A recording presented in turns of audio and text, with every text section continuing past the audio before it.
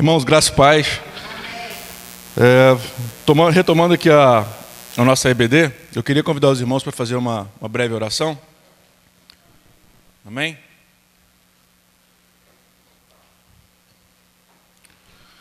Querido Deus, amado Pai, Senhor, te agradecemos por mais um dia de vida, por estarmos presentes aqui na Tua casa, Senhor. Ó Deus, abra nossos entendimentos agora acerca da Tua palavra, Pai, para que nós possamos ter discernimento e conhecimento acerca daquilo que Tu quer nos informar, ó Deus, para que nós possamos aprender. O Senhor toma conta do nosso dia, te agradeço pela vida da igreja, ó Pai, te agradeço pela vida do pastor, e nos dê uma boa manhã, Senhor, de aprendizado. É o que te pedimos agora, não porque somos merecedores, mas é no nome do Teu Filho Jesus, amém. Irmãos, a proposta da EBD de hoje, ela vem a falar sobre a volta. E aí nós estamos na revista O Reino Dividido ao Exílio, né? Então, a 14ª lição da revista que foi proposta, a gente fala sobre a volta e fala sobre Zorobabel. Zorobabel. Eu queria convidar os irmãos, eu acho que eu projetei, não projetei. Eu vou fazer a leitura básica aqui do 1 Crônicas 3, 17 e 19. Se os irmãos quiserem acompanhar, 1 Crônicas 3, 17 ao 19. Irmãos, muitas das vezes eu me questiono, falo assim, cara, por que a Bíblia é tão específica em algumas situações, em alguns detalhes, né? Porque olha só, amém? Podemos ler? A linhagem real após o exílio. Olha o que seria o texto básico, um dos textos básicos, né? Estes foram os filhos de Joaquim, que foi levado para o cativeiro: Salatiel, Malquirão, Pedaías, Senazar, Jecamias, Osana e Nedabias. Estes foram os filhos de Pedaías: Zorobabel e Simei. Estes foram os filhos de Zorobabel: Mensulão, Ananias e Selomite, irmã deles. Muitas das vezes, quando você lê única e simplesmente essa passagem, você pergunta, né? Por que eu tenho que saber essa genealogia, né? Essa árvore genealógica? Por que eu tenho que compreender isso? É tão complicado porque assim, você tem que tentar se remeter a quem foi fulano, para saber que ele foi filho, para saber que ele foi irmão. Mas depois a gente começa a entender, a hora que você faz a lição, você começa a entender qual que era o propósito. E aí, lá no final, eu queria recapitular essa parte, para a gente conseguir entender qual que é o propósito, muitas das vezes, em que é colocada essa descendência. Tá bom?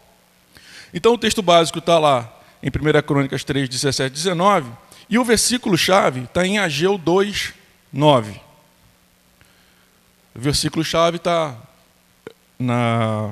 do Data Show, e ele fala: a glória deste novo templo será maior do que a do antigo, diz o Senhor dos Exércitos, e neste lugar estabelecerei a paz, declara o Senhor dos Exércitos. Amém? Então, olha o que é o versículo-chave, né? Quando a gente fala em versículo-chave, é aquele que nos dá a orientação acerca daquilo que vai ser proposto em termos de aprendizagem da palavra no dia de hoje. Eu vou repetir: a glória deste novo templo será maior do que a do antigo, diz o Senhor dos Exércitos, e neste lugar estabelecerei a paz, declara o Senhor dos Exércitos. E aí, nesse contexto, será que a palavra fala somente o templo físico? Será que ela fala somente sobre o templo físico, a estrutura de alvenaria, laje, ferragens? A gente vai ver ao longo da lição que não é só esse escopo de engenharia, digamos assim, mas aí vai muito mais além daquilo que a gente pensa com relação a templo. Qual que é o alvo da lição de hoje, irmãos? O alvo da lição é aprender a respeito da importância do templo na história do povo de Deus. Para isso, a revista propõe alguns objetivos. Primeiro, entender a relação entre templo dos judeus e de Cristo, e aqui já vai um spoiler, o que é o templo dos judeus e o templo de Cristo, tem diferença? Grande, enorme. E a gente vai, pelo menos, tentar compreender essa separação que a revista propôs. Perceber a importância do culto a Deus. E aqui eu queria fazer um parêntese, né? A perceber a importância do culto a Deus. Muitas das vezes, a gente tem que se policiar. Eu sou de uma linha batista, né? Como eu falei para os irmãos, eu tive o privilégio de nascer num lar batista. Eu sou de uma linha batista em que, a hora que o pastor começava a pregar, era o silêncio. Era o respeito. Tá vendo que estou dando ênfase no artigo? O silêncio, o respeito, a atenção, a adoração a Deus. Então eu acho que a gente meio que perdeu isso ao longo dos anos. Outro dia de vez em quando eu falo com a Andréia, com as meninas, eu falo assim, cara, eu acho que eu estou ficando velho. Porque eu estou começando em algumas situações a pensar igual ao meu pai. Eu falei assim, não é que eu sou velho. É a maturidade. E é conseguir enxergar que hoje, né, conseguir enxergar que, de fato, naquela época, eu era o errado e o meu pai era certo. Quiçá que daqui a uns anos os nossos jovens da igreja possam, não, eu era o errado e a tentativa de estabelecer uma ordem, um respeito, um culto. Preferencialmente, que seja mais cedo possível. Que seja mais cedo possível. Né? Para cair na real e entender o quão importante é essa questão do culto, da adoração, do respeito, a importância do culto a Deus. Né? Como que eu vou cultuar? Para Deus o melhor. Sempre o melhor. Né?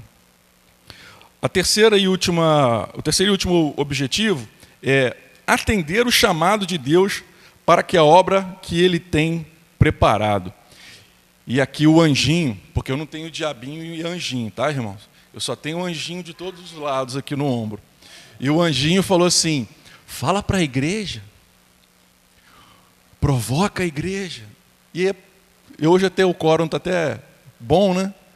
Provoca a igreja, porque atender ao chamado. Eu já te perguntei, irmão, qual que é o seu chamado? No dia que nós estávamos preparando aqui o ano de 2022, teve algumas pessoas conheceram uma palavra nova, que era o declinar. Eu declino. Lembra, Jean? Quantidade de gente que declinou. E aí eu pergunto, irmãos, qual que é o seu chamado? Qual que é o meu chamado? O que eu tenho que fazer? Eu tenho que vir na igreja somente aos dias de domingo? Preferencialmente de manhã ou à noite? Eu tenho um chamado? Para que Deus te chama? Né? Todos têm chamado, todos. É isso. Só que não tem obediência. É essa a provocação, Diane. Exatamente. É tipo assim, eu faço a minha parte dentro daquilo que eu posso. Mas para Deus é o melhor. E o quanto do nosso melhor nós estamos oferecendo para Deus?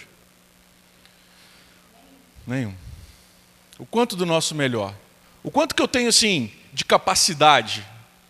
O quanto que eu tenho de facilidade de interlocução, de facilidade de participação, facilidade de uma determinada área? O quanto dessa área que eu tenho facilidade, o quanto que eu estou oferecendo para Deus? Ontem a gente estava lá em casa, aí eu coloquei um hino do... Ô Alisson, me ajuda. Aqui, o Borges lá, o Leandro Borges. Não é Leandro Borges? Leandro Borges. É ele cantando junto com um irmão também, só que ele é cego. Esses irmãos, depois eu vou tentar jogar lá no grupo para vocês entenderem. O que acontece muitas das vezes? Muitas das vezes a gente está passando por tribulações, passando por momentos difíceis, tal, e a gente acha que Deus não está nos ouvindo. A gente acha que Deus não está nos ouvindo. E aí, muito pelo contrário. É o momento em que Deus está analisando a cena todinha. Deus está analisando tudo aquilo que está acontecendo, para que Ele possa agir no momento certo. Só que para isso, eu gosto sempre disso, é causa e consequência, irmãos. Só que para isso é causa e consequência. O que eu estou oferecendo para Deus? Não é para o pastor, não é para a Giane, não é para o Daniel, não é para a Sandra, não é para a Andréia, não é para o irmão Dário, não é para o irmão Lucas, não é para o irmão Reginaldo, é para Deus. Bom, seguindo, irmãos, achei que eu ia fugir do escopo, mas eu acho que eu não fugi, não. Pergunta-chave, dentro da lição. Irmãos, fazer uma perguntinha aqui, acho que a Fabiana costuma fazer isso. Quantos leram a revista?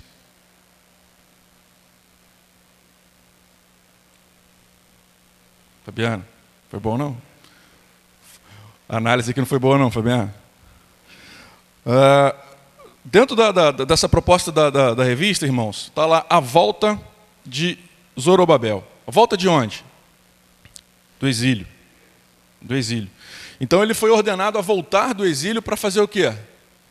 Reconstruir o templo em Jerusalém. E aí a revista provoca, né, sobre essa construção do templo, a reconstrução do templo. Quando a gente fala em reconstrução do templo, irmãos, vamos imaginar o seguinte: o que a gente vai fazer? Se eu oferecer lá para o Adson, você manja dos Paranauê aí de pedreiro ou não? Você? Mais ou menos. Se eu falar reconstruir o templo, o que você vai imaginar no primeiro momento? A base. A base. Só que é exatamente isso que Deus não queria. Deus não queria que eles começassem pela base. Deus queria que eles começassem pelo altar. Porque lá no altar é o local de adoração. É lá que Deus vai ouvir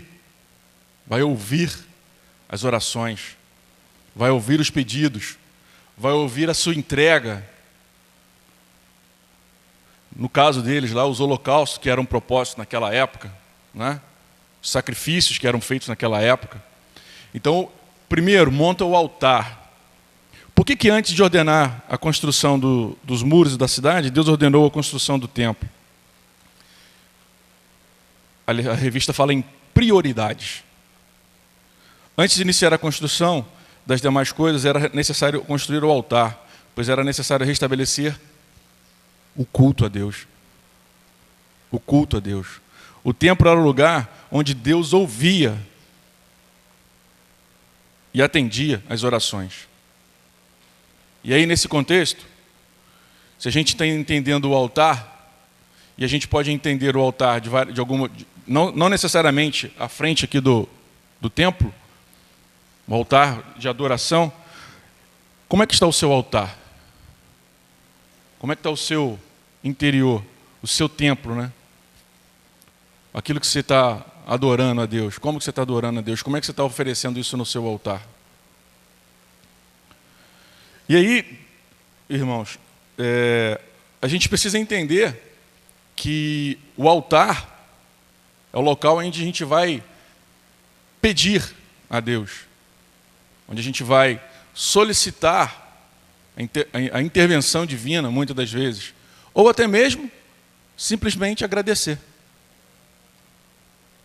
Então, por isso que Deus deu ênfase para que eles dissessem, não vamos mexer agora com a parte de alvenaria, né, a parte da engenharia. Vamos trabalhar primeiro o altar, para restabelecer a relação, o culto, o propósito, né, entre Deus e os homens naquela ocasião. Passado esse momento de construção do templo, do altar,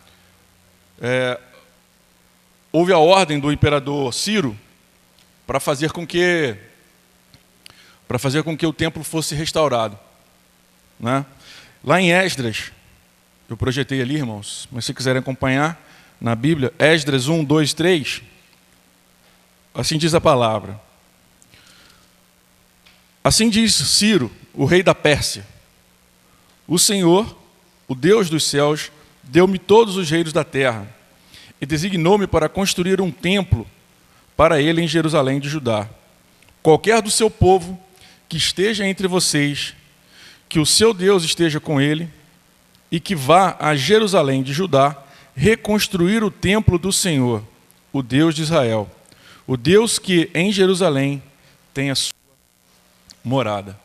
Então isso já foi deixado um aviso, não um decreto, digamos assim, para que aqueles que servissem a Deus fossem até Jerusalém para reconstruir, né, o templo. Nesse momento, o que surge? Surge a volta. Quando o rei Ciro dá esse decreto, o povo de Israel, né, começa a retornar do exílio. O povo começa a voltar. E quem voltou? A totalidade dos que voltaram do exílio atingiu o número aproximadamente de 42.360 homens. Ou seja, quase uma Arcos, né? 42.360 homens. Além disso, 7.337 servos. E a Bíblia é tão específica que ela fala que desses ainda haviam 200 cantores e cantoras. Possuíam ainda 736 cavalos, 245 mulas, 435 camelos e 6.720 jumentos. Todos voltando para um único propósito, que é a reconstrução do templo. Zorobabel, então, ele volta para fazer, junto com o povo, essa reconstrução do templo. O povo reunido começa, então, aqui que eu acabei de falar com o irmão. Reunido, então, o povo começa a reconstruir todo aquele cenário do templo que foi destruído quando o povo foi levado ao exílio. Em Esdras 3:2, irmãos, a palavra de Deus fala que então Josué, filho de Josalaque, a linhagem, né, seus colegas e sacerdotes, e Zorobabel, filho de Salatiel, e seus companheiros, começaram a construir o altar de Deus de Israel, para nele sacrificarem holocaustos, conforme o que está escrito na lei de Moisés, homem de Deus. Então, a reconstrução do altar foi meio que não sei se eu posso chamar de uma nova aliança, mas uma aproximação, uma relação mais próxima entre Deus e o povo que estava voltando do exílio. Uma renovação, acho que fica melhor. Uma renovação entre o povo que estava no exílio e com o templo, com Deus. Por intermédio de quê? Por intermédio da reconstrução do templo de Jerusalém.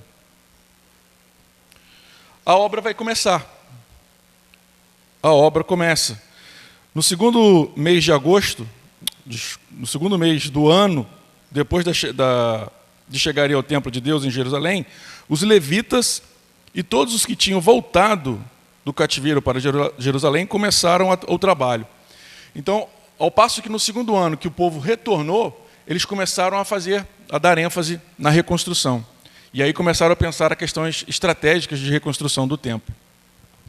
E eu achei interessante que os levitas, a Bíblia fala que os levitas acima de 20 anos que eram os responsáveis por organizar, tipo o superintendente da obra. E aí eu fui entender o porquê. Por que os levitas que foram os escolhidos? Os levitas eles são descendentes da tribo de Levi, né? Então eles sempre foram responsáveis pela organização, pela organização do templo, pela manutenção, pela limpeza, pelos louvores.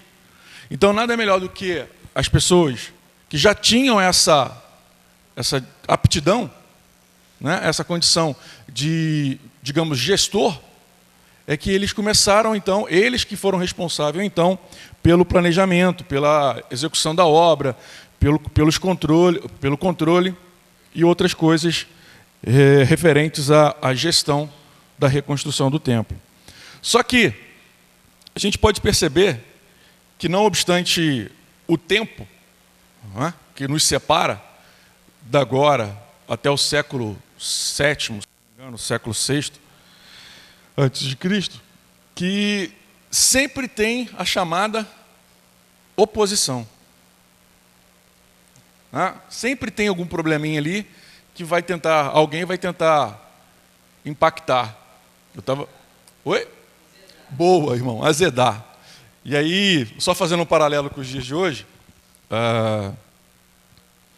o presidente deu um reajuste para os professores, vocês ficaram sabendo? 33%. Vocês acreditam que tem gente que está entrando na justiça contra? Acabei de ver uma reportagem cedo agora, que tem um órgão lá, que eu não vou lembrar o nome agora, está entrando na justiça para que os governadores e prefeitos não repassem os 33% de aumento. Ou seja, está vendo só? Até na hora de ter aumento, tem alguém que está querendo azedar, como diz o irmão. E não obstante, naquele momento, naquela época, também ocorreu. Também ocorreu. No primeiro momento, eles tentaram, como eu falei para o irmão anteriormente, eles tentaram ajudar. Os da tribo de Benjamim e de Judá. Eles tentaram ajudar. Falaram assim, não, a gente vai ajudar vocês. A gente vai dar um apoio aqui, a gente vai construir, a gente vai fazer um mutirão também. Só que Zorobabel, muito inteligente, lembrou sobre a questão das misturas, dos relacionamentos fora da tribo. E aí, naquele mesmo momento, ele falou assim, não, isso não é uma atividade de vocês. Isso é uma atividade nossa. Servos do nosso Deus. Então, eles não aceitaram a ajuda. E alguém pode falar assim, poxa, mas a ajuda sempre é bem-vinda. Será? Será? Qual que seria a intenção deles? Porque eles não serviam ao Deus de Israel. Qual que seria a intenção deles em querer ajudar? Será que efetivamente era ajudar? E aí alguém tem alguma experiência, irmãos? De alguma pessoa que estava querendo te ajudar, mas no fundo, estava querendo talvez fazer o famoso puxar o tapete? A gente tem experiências aí para contar, para viver, para ver, né? Para testemunhar. Porque nem sempre toda ajuda é bem-vinda. E foi assim que Zorobabel descartou. Falei, não preciso disso. Nós temos aqui hábitos e crenças diferentes das de vocês. Então, para esse momento, a gente não precisa da ajuda de vocês. Morreu o assunto por aí? Não, né? Os caras não ficaram satisfeitos, né? Os inimigos entram em ação. E o que eles fizeram?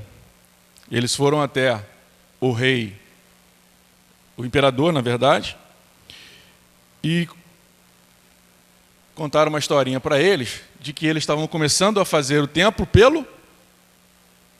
reconstruir o templo pelo altar. Só que não foi, eles não contaram essa história, irmão Reginaldo. Eles falaram que estavam começando a reconstruir o templo pelos muros, para formar ali fortalezas. E essas fortalezas impedirem possível entrada do imperador, porque eles queriam se rebelar contra o imperador. E aí o que o imperador fez? Não, peraí, essa história é essa, manda parar. Interrompeu a obra. E a obra ficou parada por alguns anos. A obra fica parada por alguns anos. Por quê? Mandou por quê, irmão? Porque foi contada uma história para ele diferente da que de fato estava acontecendo. Mas o certo seria começar pelos muros. Mesmo que eles não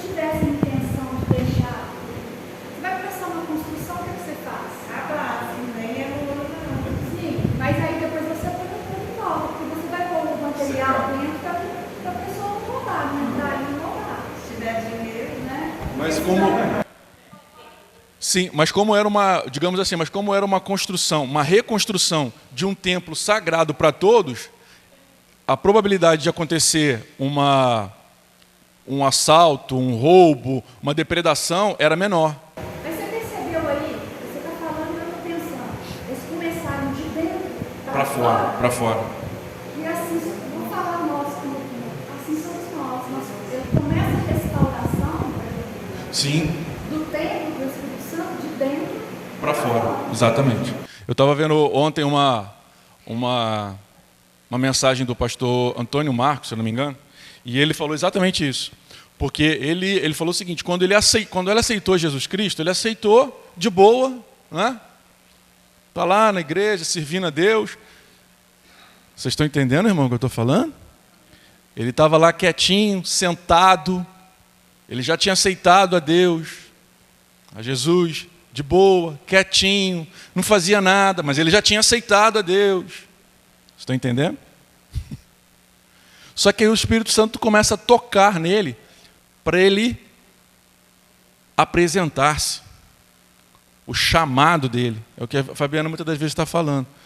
Eu tenho conhecimento, eu começo a restaurar o meu interior, começo a aceitar Jesus Cristo, só que o Espírito Santo começa a me incomodar dizendo assim, beleza, o que mais?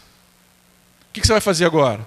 Qual que é o próximo passo? O que você vai estar fazendo? Quais são as suas obras? O que você vai desenvolver? Eu quero mais. Deus quer mais da gente.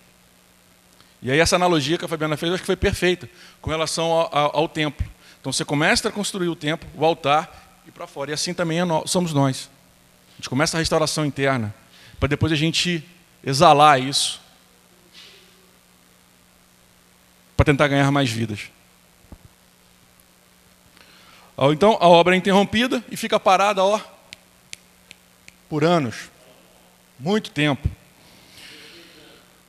16 anos, precisamente falando, o pastor. Então, passados 16 anos, Deus manda continuar a obra. Ao Deus mandar continuar a obra, para que isso fosse possível, houve exortações de Ageu, do profeta Ageu, e do profeta Zacarias. Em Esdras 5, de 1 a 2, nós entendemos o que se propõe essa exortação. Então, Esdras 5, 1 e 2 fala que os profetas Ageu e Zacarias profetizaram aos judeus de Judá e de Jerusalém em nome do Deus de Israel que estava sobre eles. Então, Zorobabel e Josué começaram a reconstruir o templo de Deus em Jerusalém. Então, Ageu, o mensageiro do Senhor, falou ao povo conforme a mensagem do Senhor, dizendo, e isso aqui eu acho forte, eu sou convosco. Eu, o Senhor dos exércitos, sou convosco. Então era o profeta Ageu falando por Deus com o seu povo. Bacana. Toca o pau aí.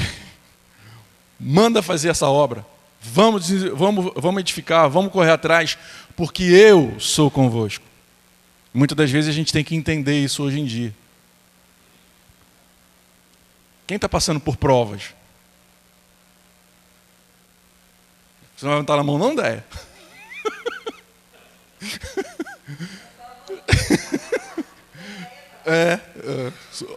Nós somos um só. E aí a gente tem que entender que a prova vai doer, a prova vai pesar, a prova vai ser difícil, mas se eu tiver concepção, se eu tiver entendimento, se eu tiver discernimento, se eu tiver comunhão com Deus, eu posso estar certo que Deus é comigo. E Deus é com os irmãos. Eu sou convosco. Então, se Deus é com o povo, pode tocar a obra aí que ela vai sair. Não tenham medo. Não tenham medo.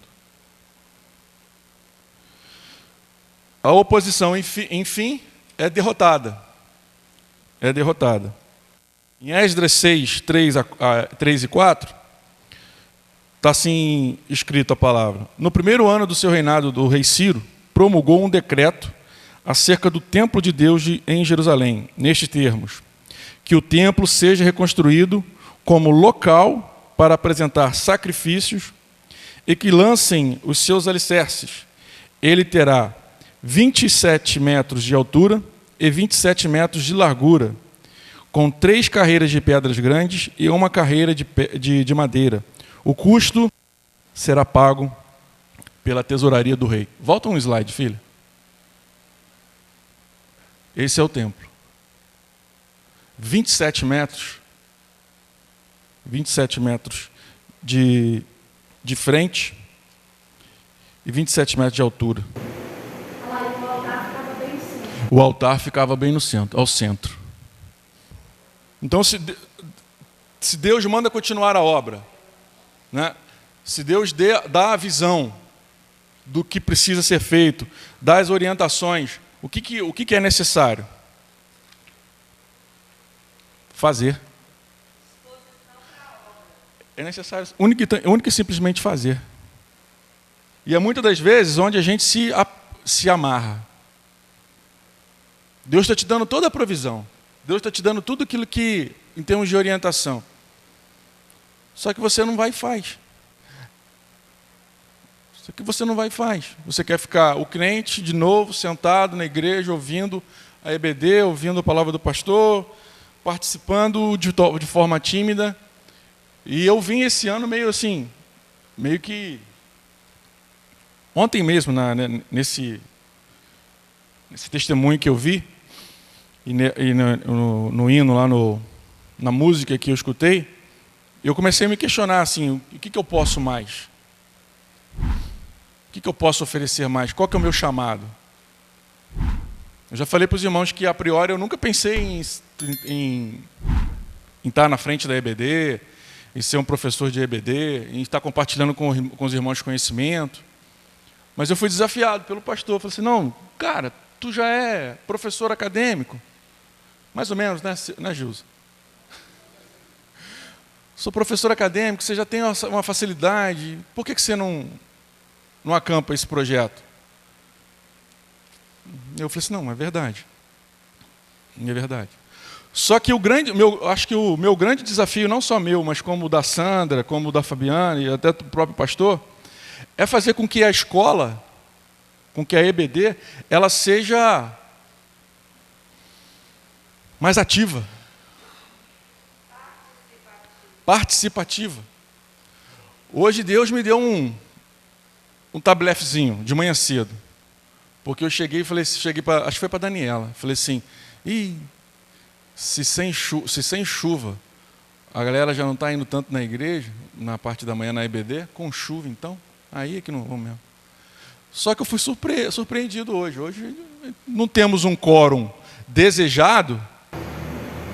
Tem o dobro de domingo passado. Glória a Deus. Glória a Deus. Então, assim, eu fico pensando, qual que é o meu chamado? O meu chamado pode ser estar trabalhando na frente da EBD. Ok, mas eu tenho que oferecer mais. Eu tenho que convencer os irmãos, não só eu, talvez eu, Sandra, Fabiana, mais à frente disso, convencer uma nova dinâmica, uma nova proposta, para que a gente possa fazer isso aqui, o templo estar cheio. Para que a gente possa fazer com que os irmãos tenham sede, não só de bênçãos, não só de obtenção de resultados, mas sede de conhecimento, mas sede de conhecer mais a Deus, de estar mais próximo a Ele, de estar mais próximo, sede de oferecer para Deus não só aquilo que me resta, mas aquilo que eu tenho de melhor. Quantos talentos nós temos aqui dentro? Quantos talentos nós temos aqui dentro? E aí, pastor, eu brinquei mais cedo, o senhor ainda não tinha chegado. A igreja aprendeu uma palavra nova, né, nesse 21 para 22, que eu falei que foi o verbo declinar. Né? Eu declino. Não. Eu profetizo aqui em nome de Jesus que em 2022 o verbo vai ser eu aceito. Eu aceito um novo desafio, eu aceito essa nova oportunidade que Deus está me dando. Eu acho que a gente tem que começar a pensar assim, sabe, irmãos? Porque a gente está estudando Israel e a gente percebe ao longo do tempo que toda vez em que o povo de Israel se afastava de Deus, ia tudo bem, não ia? Não. É o momento em que tudo vai mal. E aí quando dá o BO, quando dá o problema, o que acontece? Não, peraí, Deus, vem cá, vamos conversar de novo. Sabe aquele momento? Então assim, eu fui fraco. Eu quero agora ser diferente. Eu quero oferecer para Ti o melhor, Deus. E eu estou falando isso não é só para os irmãos não, tá? É para mim. É para mim também. É para mim. Eu preciso encontrar um momento de compreender o propósito de Deus na minha vida. Eu não nasci aqui, eu não estou aqui só para ser mais uma figurinha no banco da igreja. Desculpa se eu estou sendo muito forte nas palavras, mas é que Deus tocou meu coração de ontem para hoje sobre essa situação. A gente tem que sair do conformismo, sair do status quo, sabe? Daquilo que, não, tá, para mim tá bom assim, tá legal. Dificuldade é assim mesmo, elas vêm e vão. Não, vamos pensar de forma diferente, para Deus sempre o melhor. A importância do templo. A reconstrução do templo foi ao mesmo tempo um ato de dedicação e fé. Foi simbólico de continuidade entre o passado e o presente. E olha a visão de Ezequiel. Essa eu queria que os irmãos abrissem a Bíblia e me acompanhassem junto comigo. Ezequiel 44, 4. Aqueles que puderem. Ezequiel 44, 4. Então o homem levou-me até a frente do templo, passando pela porta norte. Olhei e vi a glória do Senhor enchendo o templo do Senhor, e prostrei-me o rosto em terra. A importância do templo. O templo, de novo, que eu quero fazer a analogia agora. O templo, estrutura, ele é o fundamental para Deus? Ele é o templo que Deus quer? Não. Qual que é o templo que Deus quer? O eu, o agora, o meu templo. Sabe quando você dá aquela pisada de bola? Você pequei. Sabe? Eu peco, irmãos. Infelizmente. Queria não. Mas eu peco de vez em quando aí. E aí sabe quando aquele arrependimento que vai? Putz, por que eu fiz isso? É o Espírito Santo que está te tocando ali, que está te incomodando. E aí como é que está o seu templo? O seu templo de adoração, o seu interior, como a Fabiana tinha falado anteriormente. Está limpo? Está puro? O templo e Cristo. Nos propósitos de Deus, o templo simbolizava muito mais que um lugar de culto. Em Marcos 14:58, nós temos que destruirei esse templo feito por mãos humanas e em 3 dias construirei outro, não feito por mãos de homens. Marcos 14:58. O que Deus está falando aqui? Dele. Nós ouvimos dizer que destruirei este templo feito por mãos humanas e em 3 dias construirei outro, não feito por mãos de homens. Deus está falando da ressurreição dele, do templo dele. Essa é a relação do templo que Deus está nos provocando, né? Enfatizando. Por fim, irmãos, em Apocalipse, João vai confirmar isso. Apocalipse 21:22. Não vi templo algum na cidade, pois o Senhor Deus Todo-Poderoso e o Cordeiro são o seu templo. Olha a relação de templo físico, que eu falei anteriormente, engenharia, e o templo santo, santificado, o seu templo, o templo de Jesus. Para finalizar, algumas considerações. O Deus que se revela nas experiências de Zorobabel e Josué é fiel e redentor. Vai lá e faz. Eu sou convosco. Vai lá e reconstrói. Olha a fidelidade. É soberano, pois controla decisões de imperadores. Não é um imperador X, Y, Z Não é um presidente XYZ que vai fazer com que eu deixe de expressar a minha fé. E cuidado, irmãos, cuidado com o ano de 2022. A expressão da nossa fé é a maior liberdade que nós temos. Muito se fala em democracia, mas a maior democracia que nós podemos nos apegar é a livre exortação e a livre explanação da nossa fé. Então, cuidado no ano de 2022, para que não surja nenhum imperador, né, e queira fazer com que nós não possamos expressar a nossa fé. Orienta seus servos e derruba planos que querem frustrar a obra do Senhor. Então eu vou profetizar na sua vida também aqui. Se tem alguma coisa que está dando errado, meu irmão, na sua vida, pensa no seguinte, que o seu Deus, que é o mesmo Deus de Israel, Ele vai derrubar planos, e todos os planos que querem fazer contra a tua vida. Amém? Sabe por que disso tudo, irmãos? Isso tudo é porque Deus é o Senhor da história. Da sua história, da minha história, da história do povo de Deus. Amém? Irmãos, eu encerro por aqui. Eu queria convidar Fabiana, você nos conduz em oração para encerrar, por favor?